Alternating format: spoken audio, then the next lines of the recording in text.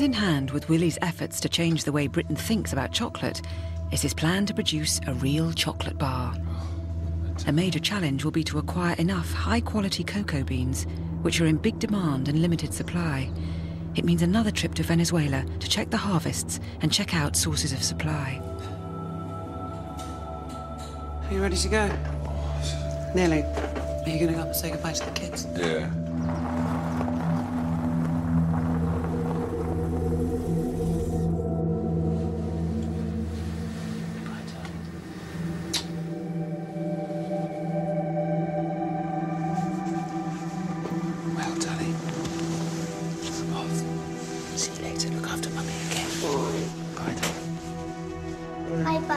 Bye, darling. Bye, then. See you soon, yeah? I'll call you as soon as I arrive. OK.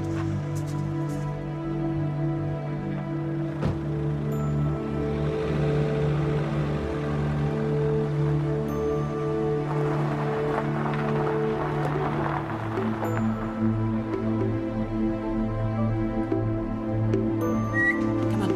Goodbye.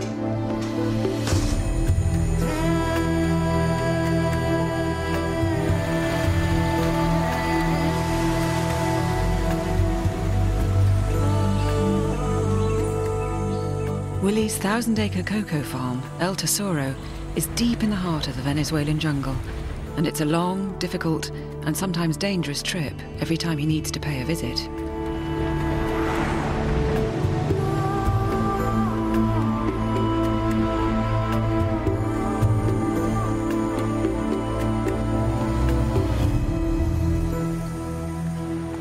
It's great to be back. See all the boys. I've got a fantastic crop. You know, the farm's looking good.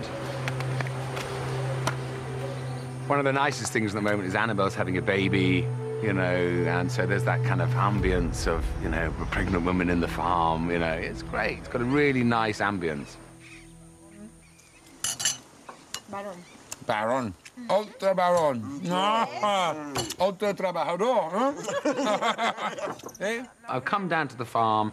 I'm checking on the harvest. We're harvesting at the moment. And I've got to get that cacao sent over to Rio Caribe, which is where I'm buying the rest of the cacao, and it'll be shipped from there back to England. You know, I'm taking my beans back, but it's just simply not enough to make the kind of quantities of chocolate, you know, I'd need to make money.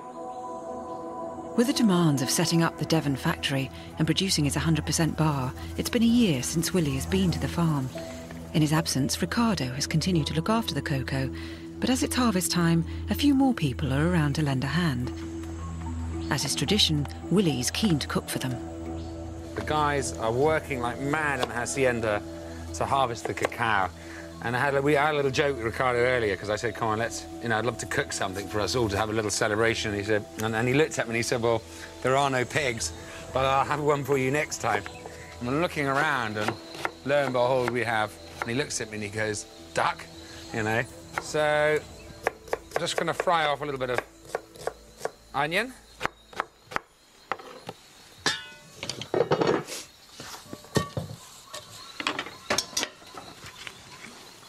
Fry off those onions a bit.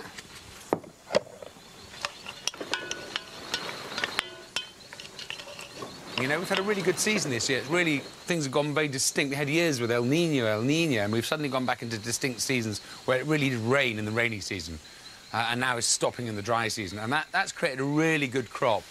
But cacao always comes, or you'd like to have it, in one big hit, and then, you know, you tidy up a couple of weeks after that. This year, you know, we're going to have 3 hits, but, you know, that's just the way it is. Now, these ducks, yeah, real proper Creole ducks. They've got a few years on them, and that's why I'm making a casserole with them. But, I mean, you can see the colour in that. That's beautiful and dark. That is flavour.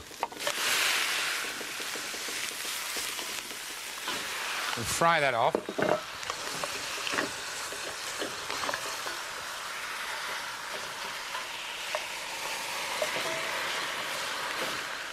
And so the rest is easy. In go the carrots for a bit of flavour. Bulb of garlic. In goes a bottle of wine. good old bottle of wine. Now, I've got a few bay leaves, some juniper berries. Now, I've got something I got up the mountain. It's papaya jam. Now, a little bit of that. And that's basically in syrup, and it's a little bit sweet. Now, I'm actually going to add a little bit of fruit as well.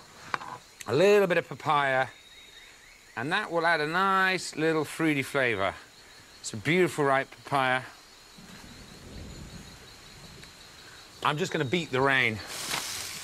I've got some stock here from all the scraps of the duck.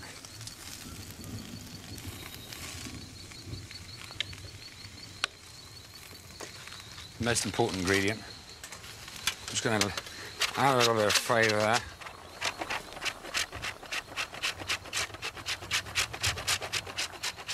About 50 grams of cacao. There we go. Voila! Just in time for the rain. Quick stir. And that's it. An hour and a half.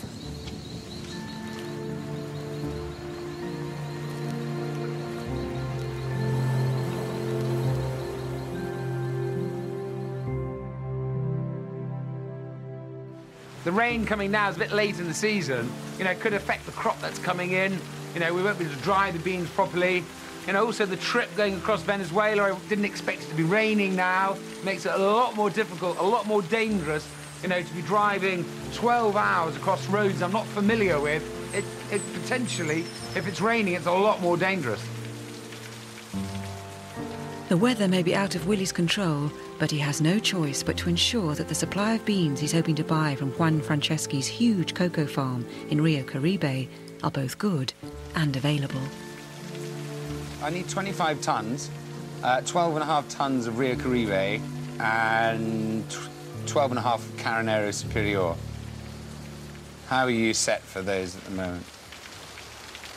OK, and how's the quality? That's good. OK, brilliant. What I'll do is I'll meet Ezequiel and we'll come together and we'll do some tests on... Yeah, I'm only here for a few days. I mean, this is a fast trip.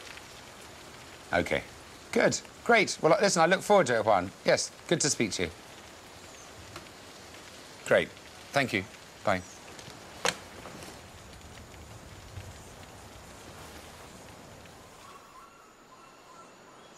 So I'm going to make the El Tesoro mousse cake. First cake I ever made in the El Tesoro.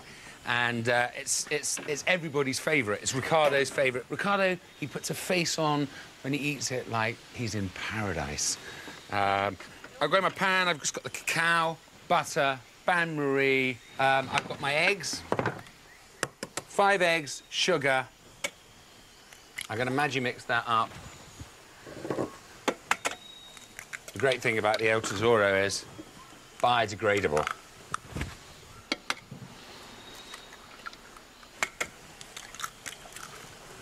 OK, so sugar in, little splash of vanilla extract. Lid, just quickly check how my butter's going there. Smell that lovely, fresh cacao.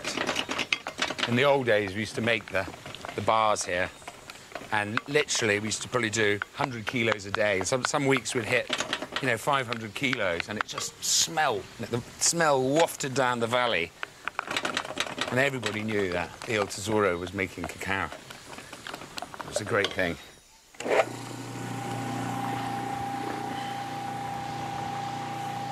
Right, that's looking good. Oof, ah. It's all hot.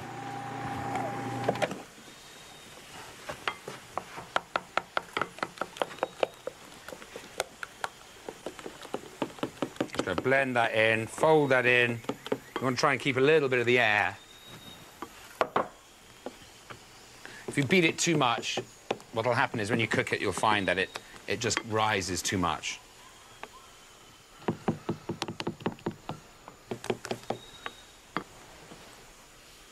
Now, I could have done this in round tins, but one of those in there.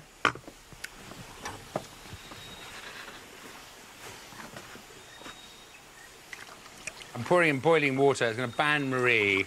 You know, my oven's not great, basically. So cooking in a bain-marie is great. It's a safe way not to burn your cake. Now, the water's got to come up to the level of the dessert, of the chocolate inside. Otherwise, you're not going to find it's not going to cook. There we go. I'm looking good on the level. I'm going to pop the other one in. There we go. I'll probably get that in like that. Just pop it in there for 25 minutes, 160.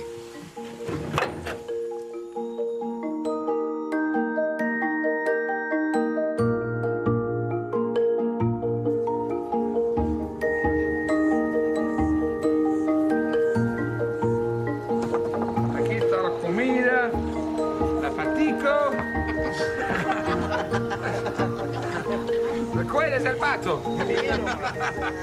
I could quite easily stay here and, you know, close my ears to everything. You can easily, it's paradise. You can just forget everything.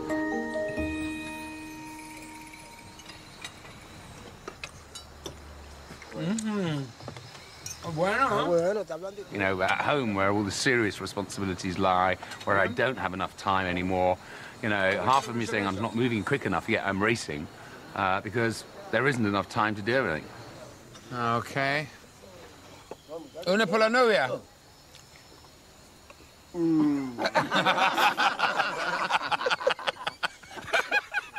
Sitting with the guys now, you know, where everyone just breaks up and giggles, and, you know, we're all grown men, and a bit of cake's flying, and the next thing, everyone